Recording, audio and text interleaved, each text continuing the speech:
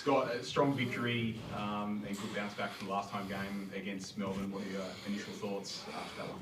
Yeah, I just got done obviously talking with the group, and for me, I thought it was our best game probably all year in my eyes, of just the consistency of playing through 4 quarters and not having a lot of ebb and flow and up and down, which was something that, again, we've been inconsistent quite a bit, and today was just a very solid effort across the board.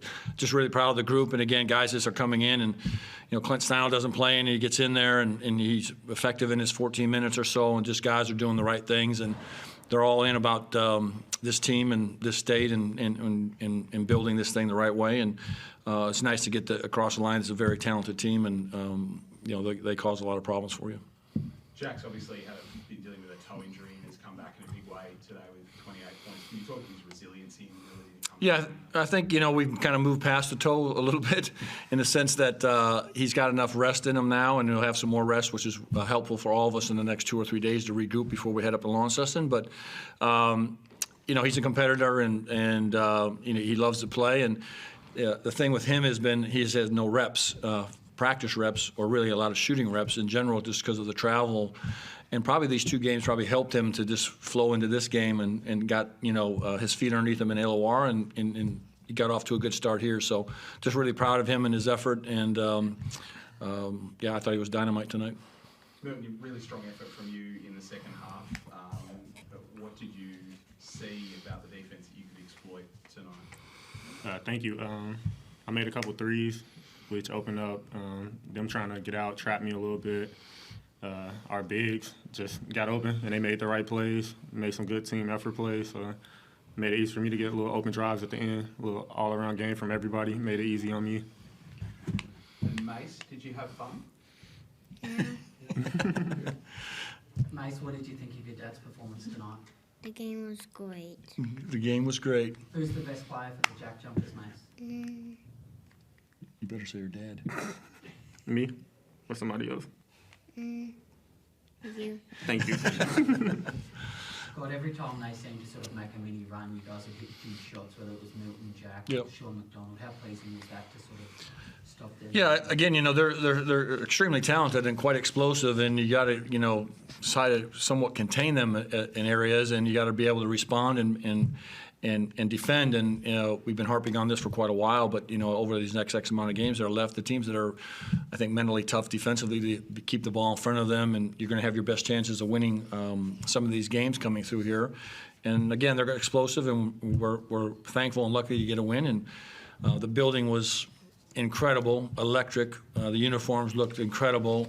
It's just a great history of Tasmania basketball on display of just everything that was in that building, which a year and a half ago, who would have thunk it? And, man, it was just impressive to see those jerseys and the fans, and just incredible effort by all our organization and everyone involved.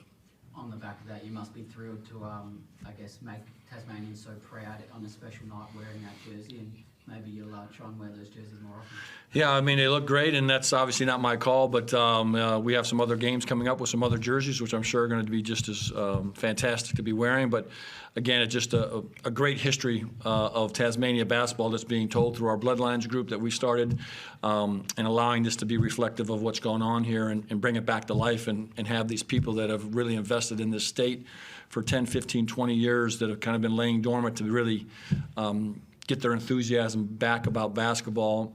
And we're just continuing trying to make the state proud of how we play and our approach to what we do. I was going to ask you about that, Scott. I don't know if you were out in the court when the Bloodlines members came out tonight, but the crowd hadn't forgotten who they were. Oh, they good. Got really behind them. So how important is recognising that history? Yeah, I mean, that's, obviously one of the things when I got here was one of my number one things the first 2 or 3 months before I could ever get players or coaches was to try to put that Bloodlines group together and start to tell the history so that we can connect at some point when our guys start to retire the new with the old, and bring these people back to life and get them re-enthusiastic about what we have in front of us and connect the state. And so when I see them, I'm hugely thankful of all those people that have responded to my knock on the doors, phone calls, and all the things I did to try to organize them to get them together. And it's a beautiful thing when you see it like that. Milton, how fun was it out there tonight? As Scott said, that the place was absolutely humming tonight.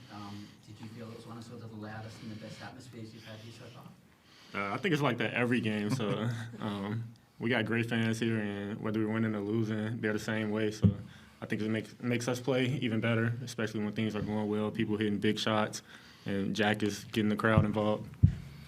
Scott, the Jack Jumpers social media shared a video of you from back in the day with Yeah. the Jazz. I don't know if you got to watch it. What sort of memories did that bring back? My hair was nice and long, and I had a flowing mullet, and I had some really tight shorts. Yeah, you just reflect, and I was lucky to play in the NBA really at that time, and just play with some great players, and it's a nice reflection of seeing it up there every now and then. It brings back really good memories. I worked my entire life to become an NBA player, which was quite hard to do in my era when there wasn't that many teams available, and it just wasn't something that a white kid from the suburbs of Cleveland, Ohio would ever have a chance of dreaming of playing in the NBA and people counting you out. And that's why I'm so passionate about this state. And my underdog story is still being written in some fashion or form, but it started when everyone said I couldn't do anything in basketball, and then it just progressed through there to get to the NBA and have my few moments that I had in there. So I'm proud of it. A legacy for my family and my daughter to see, and it was fantastic. On the back of that, just to follow up, that Scott Roth had probably never heard of Tasmania. 30 odd years later, you're now in this situation. I guess, how would you summarise sort of your journey from there to here now? Well, I've said it before. It took me 58 years, a year and a half ago, to find home, and this is home. This state has been off the charts in welcoming me and my family, and the passion they've shown me and the love they've shown me, and it's just a wonderful place to be living in, first of all, and then to have a chance to represent the entire state. A foreigner that comes in here and gets this kind of love and friendship from everyone that's been a part of this organization is quite unique and quite special to me and my family, and I found home. On the back of that, Milton, have you felt that same love and family atmosphere from the Jack Jumpers, and obviously having Mace here as well? Yeah, definitely. My family loves it here. Just being out, you get a feel for it just walking around town. Like, I take my kids to the playground or whatever, and the fans come over, talk, and just say hi, and everybody's very welcome in here. So a few rounds to go, mate, but have you thought about next year and potentially coming back yet, or a contract in front of you yet, or anything like that? You got to talk to Scott? Yeah. We'll keep all that internal. We love Milt Doyle. Scott, sorry, on the back of that, I know you don't like to talk about your starting five too much, but obviously you said you put in Jack's toe injury in the past.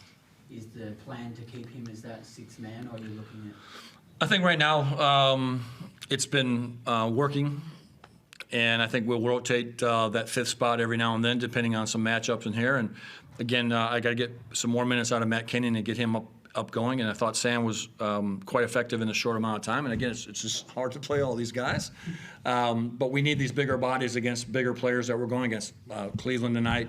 We'll have Mitch Creek shortly here, and then you got McCall and a bigger guard, and then you're on to Sydney with Cook. So we need bigger bodies to guard on the perimeter with some of these guys, and it's important that they get their feet underneath them. But listen, it's very hard to take Weeksy, who just got 14 points and played his butt off in Illawarra, and then sit him, and then put Sam McDaniels in there. But this group doesn't care. They just go and do their jobs. And they take the minutes they get, and they sacrifice for each other, and it's just the next man up. And, it's a dream for me as a coach that I just never, ever have to think twice or worry about these guys pouting or being disruptive or anything. It's all about the group. You scored 98 points tonight. Do you feel the offense is probably the best position it's been in at the moment? It's been consistent, and we've had moments when we've been a little bit better here and there, and it's always nice when the ball goes in. But again, when the ball moves for us and we keep the ball, I like to have the ball find life and keep it hot and moving, we end up tending to have good things happen to us. But a lot of it is really created with our defense and being able to get stops, clean stops, and get us out on the break and get into some kind of flow.